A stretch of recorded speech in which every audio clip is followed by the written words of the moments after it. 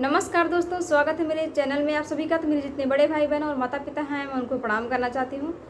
और आज मैं आप लोगों के लिए बहुत ही प्यारा एक कहरवा नाच गीत लेकर आई हूँ। मेरा गाना कैसा लगे आप लोग कमेंट करके ज़रूर बताना। और जो लोग नए हमारे चैनल पर, प्लीज़ हमारे चैनल को सब्सक्राइब कर लेना और गाने को आप लोग फुल वॉच करके सुनना। धन्यवाद।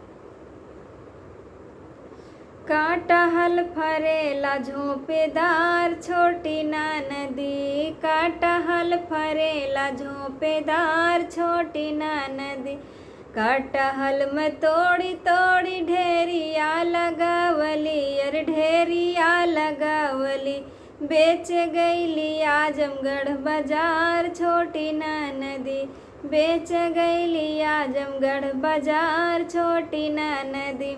काटहल फरेला झोंपेदार छोटी ना नदी, काटहल फरेला झोंपेदार छोटी ना नदी। अरे काटहल में बेची खोची घरा के लवाटली, अरे घरा के लवाटली। ससुरु डेवड़िया धैले ठाड़ छोटी ना नदी, ससुरु डेवड़िया धैले ठाड़ छोटी ना नदी। कटहल फरेला झोंपेदार छोटी ना नदी, कटहल फरेला झोंपेदार छोटी ना नदी। कटहल में तोड़ी तोड़ी ढेरिया लगावली, अरे ढेरिया लगावली। बेच गईली आजमगढ़ बाजार छोटी ना नदी, बेच गईली आजमगढ़ बाजार छोटी ना नदी। अरे काटहल में बेची खोची घरा के लवाटली, अरे घरा के लवाटली। भसुरु डेवड़िया धैले ठाड़ छोटी ना नदी, भसुरु डेवड़िया धैले ठाड़ छोटी ना नदी।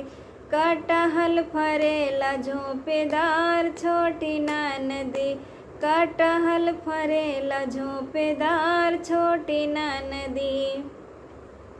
कटहल में तोड़ी तोड़ी ढेरिया लगावली, अरे ढेरिया लगावली। बेच गईली आजमगढ़ बाजार छोटी ना नदी, बेच गईली आजमगढ़ बाजार छोटी ना नदी। कटहल में बेची खोची घरा के लवाटली, अरे घरा के लवाटली। देवरू डेवड़िया धैले ठाड़ छोटी ना नदी, देवरू डेवड़िया धैले ठाड़ छोटी ना नदी। कटहल फरेला झोंपेदार छोटी ना नदी, कटहल फरेला झोंपेदार छोटी ना नदी।